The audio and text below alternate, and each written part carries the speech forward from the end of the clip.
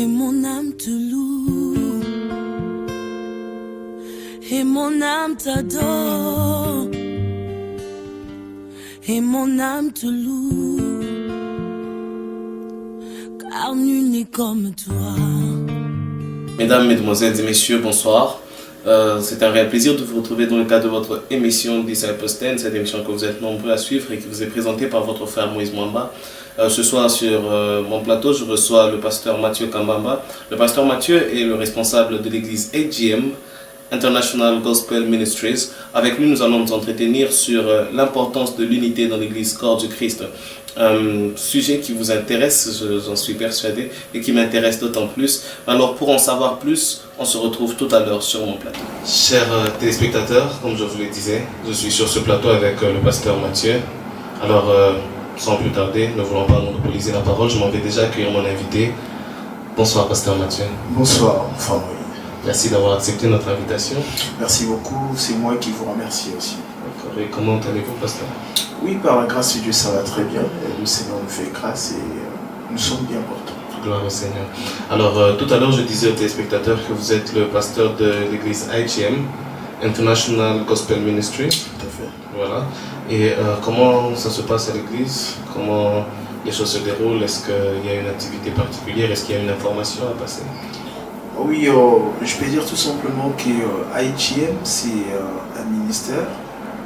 Un ministère normalement qui est basé ici en Inde.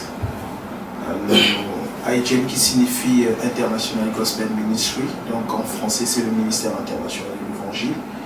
Nous avons souvent des activités au courant de la semaine. Nous avons la journée de mardi qui est notre journée de prière, des enseignements. Il y a la journée de jeudi là où le groupe IGP répète. Et nous avons la journée de vendredi qui est une journée d'intercession ainsi que la journée des dimanches qui est notre moment de partage public. Merci beaucoup. Merci beaucoup pour l'information, pasteur.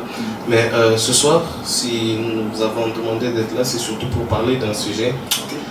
Un sujet que l'Église aujourd'hui peut-être néglige au profit de certains autres sujets. Oui. Nous avons pensé, nous avons été convaincus qu'il est important d'en parler. C'est l'importance de l'unité dans l'église corps du Christ, pas dans une certaine église locale, mais dans l'église corps du Christ. Alors, pasteur, j'aimerais déjà d'entrée de jeu que vous puissiez nous donner un bref aperçu de ce qu'est l'unité dans l'église corps du Christ. Ok, ce qu'est l'unité dans le corps du Christ, je peux dire tout simplement, je peux énumérer comme l'unité, c'est l'appel du Christ. Et si nous regardons bien sur la croix, le Seigneur nous a montré toutes choses. Donc ça veut dire à la croix déjà, le Christ nous appelait à l'unité. Parce que la Bible déclare ceci que Dieu étant aimé le monde, il a envoyé son Fils unique afin que quiconque croit en lui ne périsse point plutôt, et qu'il puisse avoir la vie éternelle.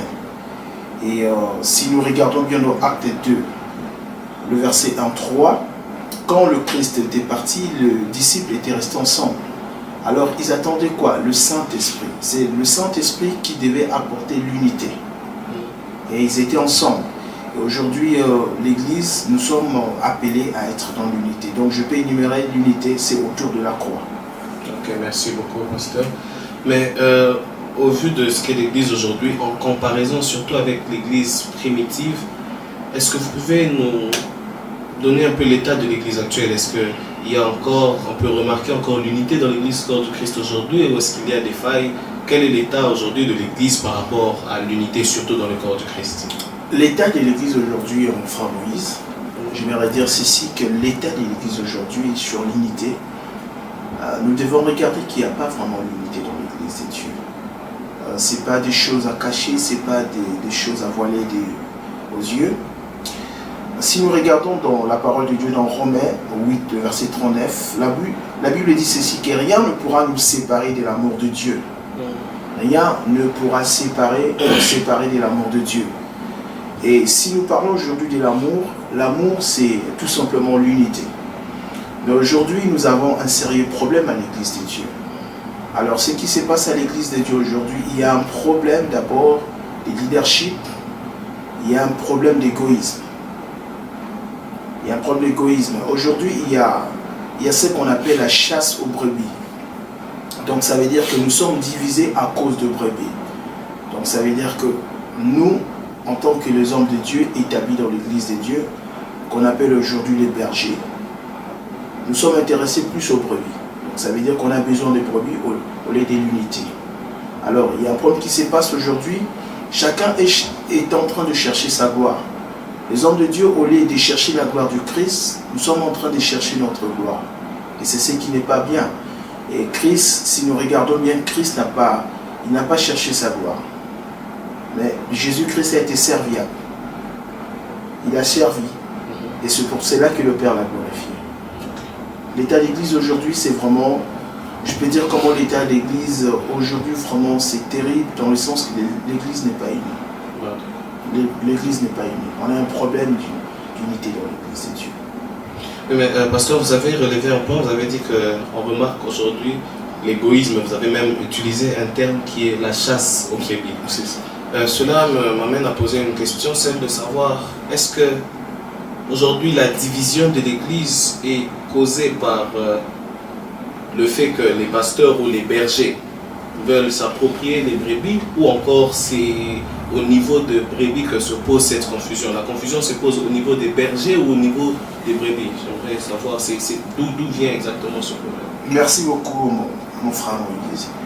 Si nous regardons dans la Bible, en Matthieu 22, 37-38, la Bible dit ici que le Christ nous avait donné des commandements. Jésus-Christ, tu aimeras le Seigneur, ton Dieu, de tout ton cœur, de toute ton âme, et tu aimeras ton prochain. Voilà, le Christ nous a donné 2 commandements. En réalité, en l'Ancien Testament, si nous regardons, nous avons 10 commandements. Le Christ est venu énumérer tout cela en 2 commandements.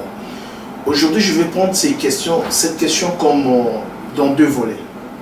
Premier volet, il y a un problème d'abord de nous, les serviteurs de Dieu.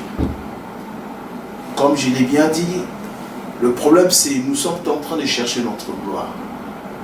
Donc si je suis en train de dire cela, on a besoin de gens à l'église. Et c'est ça qui amène que l'église soit divisée. Et deuxième volet, si nous regardons bien, nous allons voir que même le brebis nous amène aussi à pécher. Je prends l'exemple, on peut se retrouver quelque part,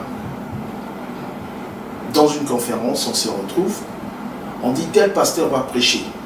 Et vous allez voir qu'un autre pasteur, il peut passer, il prêche, mais quand il termine à prêcher, parfois les gens pour acclamer, c'est un problème.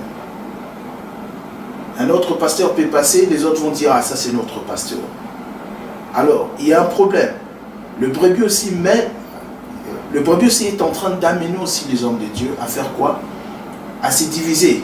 Parce qu'il y a un problème. Les autres vont dire, voilà pasteur, on a mis sur auto. Excusez-moi, ça c'est notre pasteur. L'autre va dire, non, moi je suis de l'église telle. Moi je suis de tel pasteur. Il y a déjà un problème. Alors nous devons savoir que nous devons faire beaucoup attention. Parce que l'arme efficace de l'ennemi, c'est diviser pour mieux régner. Ok. L'arme efficace de l'ennemi, c'est diviser pour mieux régner. Chers téléspectateurs, comme je vous le disais, je suis sur ce plateau avec le pasteur Mathieu. Avec lui, nous sommes en train de nous entretenir sur un sujet qui est l'importance de l'unité dans l'Église corps de Christ. Alors, je reviens à vous, pasteur. Oui. J'aimerais alors dans ce cas savoir, parce qu'il y a une question qui m'a été posée, par un internaute, celle de savoir si aujourd'hui les brebis ou les membres d'une église sont une propriété privée de ce pasteur, ou alors si les brebis peuvent aller à n'importe quelle église. J'aimerais essayer de mieux m'expliquer. Est-ce que les brebis sont censés toujours aller dans une seule église, ou alors les brebis ou les membres de l'église peuvent aller d'une église à une autre sans pour autant appartenir nécessairement à une seule église? Merci beaucoup mon frère Moïse. Merci vraiment pour cette parole. C'est vraiment une question très importante que nous devons savoir. D'abord, nous devons savoir que nous tous, nous appartenons au corps du Christ. Le corps du Christ. Et aujourd'hui, on peut dire qu'on appartient à Christ. Mais qu'est-ce que nous voyons aujourd'hui? Au lieu que nous soyons rattachés à Christ, mais nous sommes attachés à l'église locale. C'est pas mauvais de s'attacher à l'église locale. C'est pour un service. Mais en réalité, nous sommes tous de brebis de Christ, quel qu'en soit notre rang. Même si je suis un pasteur, un homme de Dieu, je suis attaché au corps du Christ. Mais c'est que nous voyons aujourd'hui, les hommes sont attachés plus à l'église qu'à Christ. C'est pour cela que vous allez voir aujourd'hui, s'il y avait tel pasteur qui prêchait dans telle église, alors demain ce pasteur peut-être on dit à partir d'aujourd'hui, tu es suspendu, peut-être tu ne vas plus prêcher. Il y a d'autres personnes qui quittent l'église pour aller quelque part. Et s'il y a un pasteur peut-être qui tombe dans la fornication, ou bien qui tombe dans un problème de l'escroquerie, les gens sont prêts à faire quoi? À quitter cette église. C'est pour dire que les gens n'ont pas compris la parole de Dieu. Nous devons être attachés au Christ. Et aujourd'hui, si nous disons que les gens peuvent aller prier quelque part, dans une autre église, c'est normal. Nous sommes tous les corps du Christ. Je ne pense pas que le jour que Jésus-Christ reviendra, il dira que non, c'est telle église qui sera enlevée, c'est telle église, non. La Bible dit que le Christ viendra chercher son épouse. Et frère, je voudrais bien te dire, mon frère, son épouse, c'est toi et moi. Amen. Parce que nous constituons les corps du Christ. Mais ce qui se passe aujourd'hui, nous voyons, il y a des hommes de Dieu qui sont prêts à interdire d'autres personnes d'aller prier quelque part. Ça, c'est pas de Dieu. C'est pas de Dieu. Parce que nous sommes tous appelés à être un dans le même esprit. Et si nous commençons déjà à interdire d'autres personnes d'aller prier quelque part, ça veut dire que nous cherchons notre gloire à nous, mais nous ne cherchons pas la gloire de Dieu. Je pense que vous avez bien compris. Oui, merci beaucoup pour vos éclaircissements, pasteur. Alors, j'aimerais que nous puissions déjà chuter. Je m'en vais poser ma dernière question, celle de savoir, nous avons relevé plusieurs lacunes dans l'Église du Christ, plusieurs lacunes qui font qu'aujourd'hui l'Église n'est pas unie. Nous avons parlé de l'égoïsme, de la chasse aux brebis. Nous avons parlé de ces brebis qui sont aussi souvent sujets à confusion entre les hommes de Dieu. Mais j'aimerais que, pasteur, vous puissiez nous dire en quelques mots quelles sont les méthodes qui pourraient nous aider à remédier à ce problème. Quelles sont les méthodes qui pourraient nous aider à reconstituer l'unité de l'Église comme du corps du Christ, comme cela a été au temps de l'Église primitive. Amen. Merci beaucoup, mon frère Moïse. J'aimerais dire ceci. Si nous regardons dans Galates 5, 22, la Bible déclare ceci que « Mais le fruit de l'esprit, il a commencé par l'amour. » Pourquoi le Christ a commencé par l'amour? Pourquoi Galates commence d'abord par l'amour? Je pense que sincèrement, si nous vivons dans l'amour de Dieu, il n'y aura pas ce problème. Et autre chose, nous devons savoir, il y a une chose. Et si nous marchons selon l'esprit, la Bible dit que nous n'accomplirons pas, nous n'accomplirons pas les désirs de la chair. Mais si nous marchons selon la chair, c'est là où nous accomplissons les désirs de la chair. Tout simplement, l'Église doit marcher selon l'Esprit de Dieu. Celui qui reçoit la vision marche selon l'Esprit de Dieu. Mais si tu reçois la vision et que tu marches selon la chair, c'est là où il y aura toute la confusion. Parce que le Christ nous appelle à l'unité. Si nous regardons dans Genèse, la Bible dit « Faisons l'homme à notre image ». Pourquoi Dieu n'a pas dit « Je fais l'homme » ? Il dit « Faisons l'homme à notre image ». Nous devons savoir que l'unité c'est quelque chose d'important. Même Dieu lui-même a dit dans sa parole « Faisons l'homme à notre image ». C'était pour dire qu'il y a le Père, le Fils et le Saint-Esprit qui sont la Trinité. Et le Christ dit encore « Moi en vous et vous en moi, et le Père en moi et moi dans le Père, nous faisons un, une seule personne ». Tout simplement, j'aimerais dire ceci, que l'Église doit comprendre ceci, que nous devons marcher selon l'Esprit.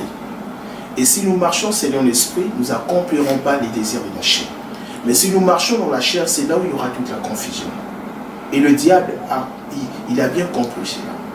Et en ce moment, nous devons savoir que l'ennemi est en train de chercher à diviser l'Église. Et j'aimerais dire quelque chose à tous nos frères et sœurs, tous les téléspectateurs, les internautes qui sont en train de nous suivre pour dire ceci, que nous devons faire beaucoup attention. L'ennemi est en train de chercher à diviser l'Église de Dieu. Il a compris cela. La Bible dit que le diable c'est un accusateur. Et la méthode que le diable utilise aujourd'hui, c'est d'accuser, de dire n'importe quoi au sujet de l'Église pour diviser l'Église. Mais marchions selon l'esprit et nous accomplirons pas les désirs de la chair. Merci beaucoup, pasteur. Voilà, chers téléspectateurs, nous sommes à la fin de cette émission, à la fin de ce numéro. Mais comme vous le savez, nous ne pouvons pas nous séparer sans que notre invité nous ait bénis pendant quelques secondes. Alors, je me retourne encore vers mon invité. Pasteur, est-ce que vous pouvez pendant quelques secondes dire votre mot de la fin et avec une courte prière bénir le peuple de Dieu qui nous suit, après quoi je reviendrai pour dire au revoir. Merci beaucoup. Le mot de la fin, je voudrais dire ceci, que le Seigneur nous aime. Vous qui nous regardez à travers l'Internet, j'aimerais vous demander, faire l'appel. La Bible dit que le Christ est venu pour nous sauver. Il est venu pour nous sauver. Dieu nous aime. Et toi qui n'as pas encore compris ce message, qu'il est temps de comprendre, parce que la Bible dit, ce qui s'est passé au temps de Noé, se passera encore à l'événement du Fils de l'homme. J'appelle toute l'Église de Dieu à l'unité, et je demande à tous les hommes de Dieu de ne pas chercher la gloire, mais de chercher la gloire de Dieu. Parce que nous devons savoir que nous, les hommes de Dieu, nous serons jugés sévèrement par rapport à ce qui s'est passé sur la terre. Et j'aimerais demander à tous les hommes de Dieu, à toute l'Église de Dieu, d'être unis dans le même esprit. Le Christ, c'est l'unité, mais le diable n'est pas l'unité. Que le Seigneur vous bénisse. Nous allons prier. Seigneur, nous te rendons grâce, nous te bénissons, Père. Merci pour ton amour et ta grâce. Nous prions, Seigneur, que ta main de grâce, Seigneur, soit sur ce peuple, Seigneur, qui sont en train de nous regarder en ce moment. Nous prions que ta main de grâce, Seigneur, abonde encore dans leur vie, Seigneur. Laisse que le sang de l'agneau leur couvre. Et nous prions, Seigneur, que cette année 2014 soit une année, Seigneur, de bénédiction, de grandes choses. Laisse que ta main de grâce, Seigneur, soit sur la vie de tout un chacun et sur toute l'équipe, Seigneur, qui a organisé cette émission. Nous te prions, Seigneur, que ta gloire demeure dans la vie de tout un chacun. Et si tu reviens maintenant ou après-demain, que nous serons tous enlevés, Seigneur, laisse que ton nom soit béni. Au nom puissant de notre Seigneur Jésus-Christ, nous avons ainsi prié. Amen. Amen. Merci beaucoup, pasteur. Merci beaucoup d'avoir disposé. Merci beaucoup, mon frère temps. Moïse. Et je tiens au nom de toute l'équipe Disciples of Christ à vous remercier. Merci beaucoup aussi. Et à vous, chers téléspectateurs, je dis aussi grand merci. Merci de nous avoir suivis. Je sais que vous êtes nombreux toutes les semaines à nous suivre. Alors, j'espère que ce message a béni. J'espère que ce message a touché une personne. Nous étions avec le pasteur Mathieu. Nous sommes entretenus sur l'importance de l'unité dans l'Église Corps du Christ. N'hésitez pas à réagir, n'hésitez pas à poser vos questions, n'hésitez pas à emmener vos propositions et vos suggestions sur les réseaux sociaux qui sont inscrits là au bas de vos écrans. Et surtout que Dieu vous bénisse. Je dis aussi un grand merci à toute l'équipe Disciples of Christ qui a coordonné ces moments. Grand merci à Célestial qui nous offre ce cadre. Grand merci à Given qui ne cesse de nous aider, et un très très grand merci à tous les hommes de Dieu, à toutes les plateformes qui ne cessent de nous soutenir. Je pense à LBTL, IGM, Impact Fellowship, Yahweh Titkenu et tous les autres. Que Dieu vous bénisse. À vous, chers téléspectateurs, je dis que Dieu vous bénisse, portez-vous bien et au prochain numéro. Et mon âme te loue, et mon âme t'adore, et mon âme te loue, car nul n'est comme toi.